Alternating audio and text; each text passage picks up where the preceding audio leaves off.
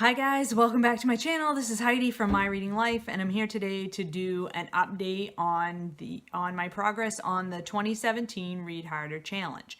I finally completed all 24 of the prompts for the 2017 Read Harder Challenge. I had done a video back in June, which I will link down below, where I talked about sort of my first half of the year with the challenges. And now I'm going to talk about the last few challenges that I had to complete from June, the middle of June through now.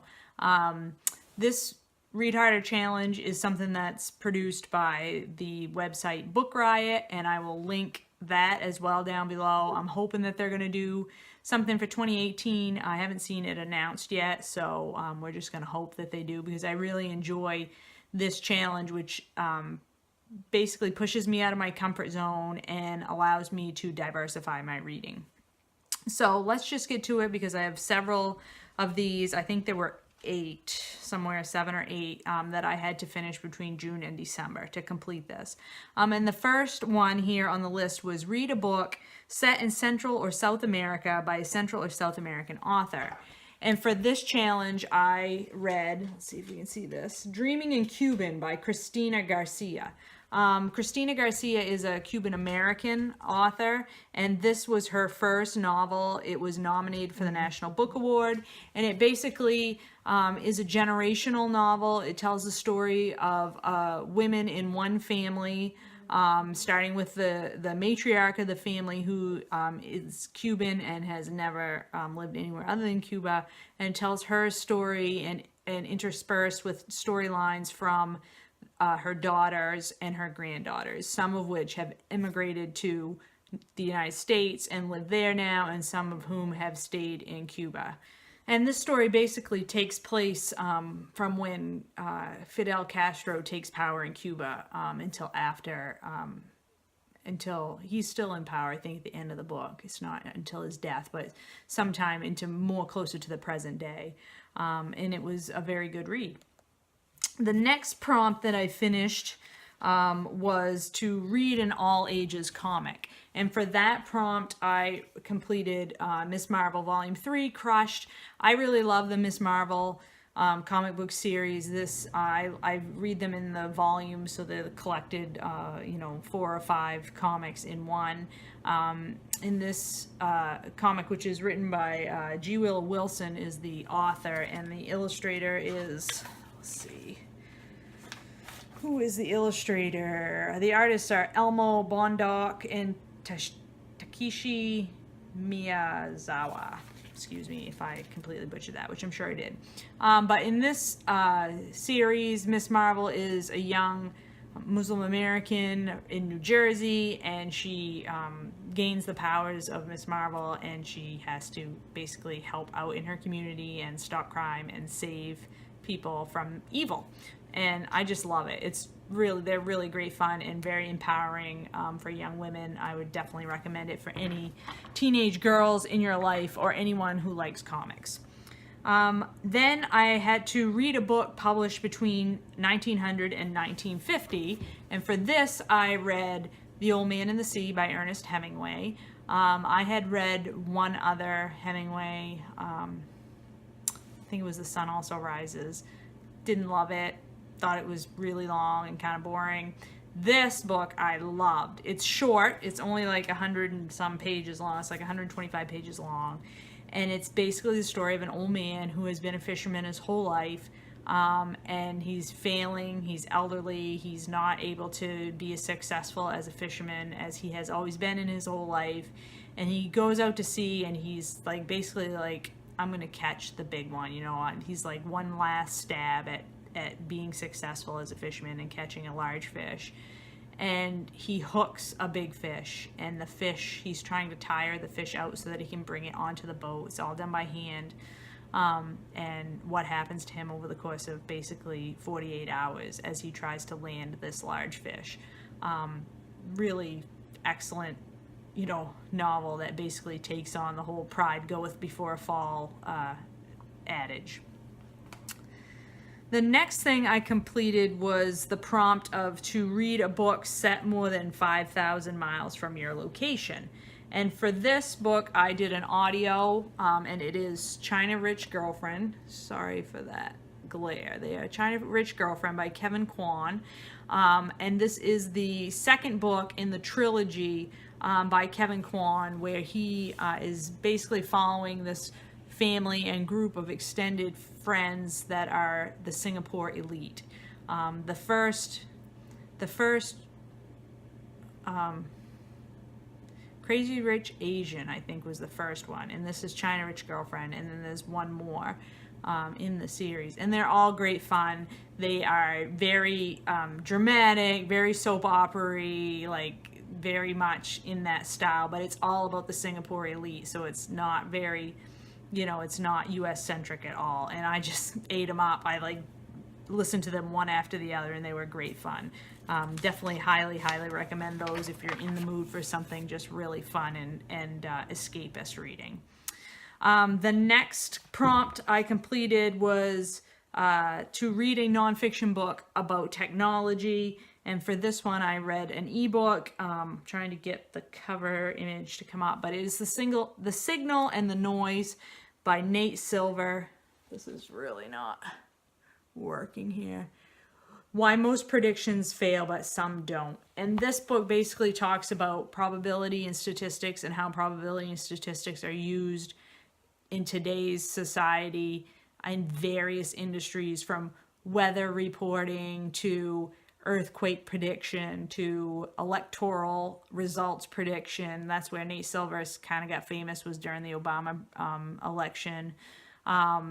To like all sorts of different types of industries that you don't generally think of probability and statistics maybe playing into it. But it's big business nowadays, and this book kind of just goes into various different industries or organizations and talks about how statistics and probability are used. It was quite interesting. The next prompt that I finished was to read a classic by an author of color. And in fact, this was the last one that I completed on the list, and I just finished it a couple of nights ago. And for this one, I read The Color Purple by Alice Walker. This is a classic that was first published in the early 1980s. It's been made into a miniseries starring Oprah Winfrey. Most people have probably read this at some point in their school career. I had thought that I had read this, but once I started reading it, I realized that no. In fact, I think my knowledge of this story had come from pop culture.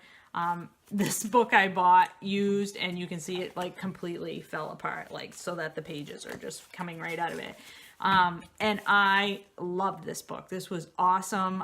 If you have not read The Color Purple, and you have been afraid to pick it up because it talks about racism, and it takes place, in the historical past, and it takes place between the world wars, I believe.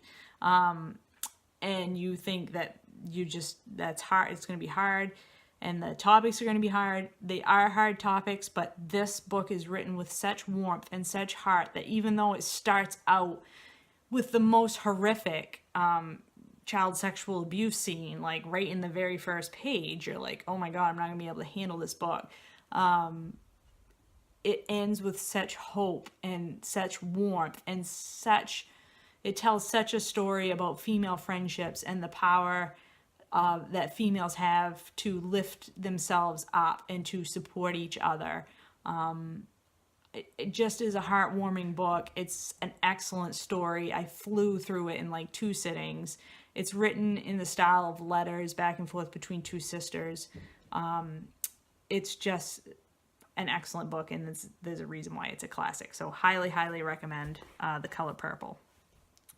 The next prompt that I want to talk about is to read a book published by Micropress, and for that I use The Handsworth Times by Sharon Duggal. I got this book through my Mothbox subscription, which is a service that is on hiatus at the moment, but is run by Mercedes over at Mercy's Bookish Musings. And this book takes place in Ireland. This place takes place in England in the 80s during a period of rioting and unrest in an economic downturn period in a town Handsworth is the actual town that this takes place in, and we follow a family, an immigrant family whose youngest son, yeah, the youngest son is killed in a riot, and we follow the rest of the family throughout this book as they come to terms with and have to live with the youngest son's death and how that impacts everybody in the family, from the teenage daughters to the teenage son, to the mom, to the dad, to the extended family and community members. This was a very excellent book, really evocative of time and place, a very different narrative than ones I'm used to. Really enjoyed this. This is published by Blue Moose Press, which is a small micro press in Britain. So, very good book. And then not the last one, but the next to last one that I want to mention that I finished is a superhero comic with a female lead, and for that is Miss Marvel Volume 4, again by G. Willow Wilson. Again, just fantastic comic for all ages. Absolutely love them. Definitely recommend that you pick them up. So the very last prompt here that I have on my list that I've finished is to read a collection of poetry in translation on a theme other than love. And I happen to have on my shelf, this is the image, but I did have the hardcover, I've since given it away, of Beowulf. This is the translation by Seamus Heaney, I believe. And I had never read Beowulf in its entirety. I think in high school we had read the part with the Grendel, where Beowulf fights the Grendel, but I had never read the entire epic poem. And this translation was excellent. It had a lot of like, you'd have the Old English on one side and the poem on the other side, and then in the margins, basically, the author would tell you where you were in the story or what was happening. So it was very easy to follow, very much a tale of adventure and daring do. We basically follow a hero, Beowulf, throughout his entire life and through all of his adventures. And I very much enjoyed it. And I don't read poetry very much. So this was an excellent prompt to push me out of my comfort zone. And I really very much enjoyed reading it. So that's it. That's all of the books that I read to finish the 2017 Read Harder Challenge. As I said before, I very much look forward to reading, hopefully participating and reading books for the 2018 Read Harder Challenge. That's one of the things I love to plan for as I plan my new reading year. So hopefully that will be being announced fairly soon on the Book Riot website. I hope that everybody out there is enjoying this time of year. I'm gonna pop in a little scene here of it's snowing right now where I am. It's the first real snowstorm of the season. So I'll pop in a little sliver of video here so you can see what it looks like.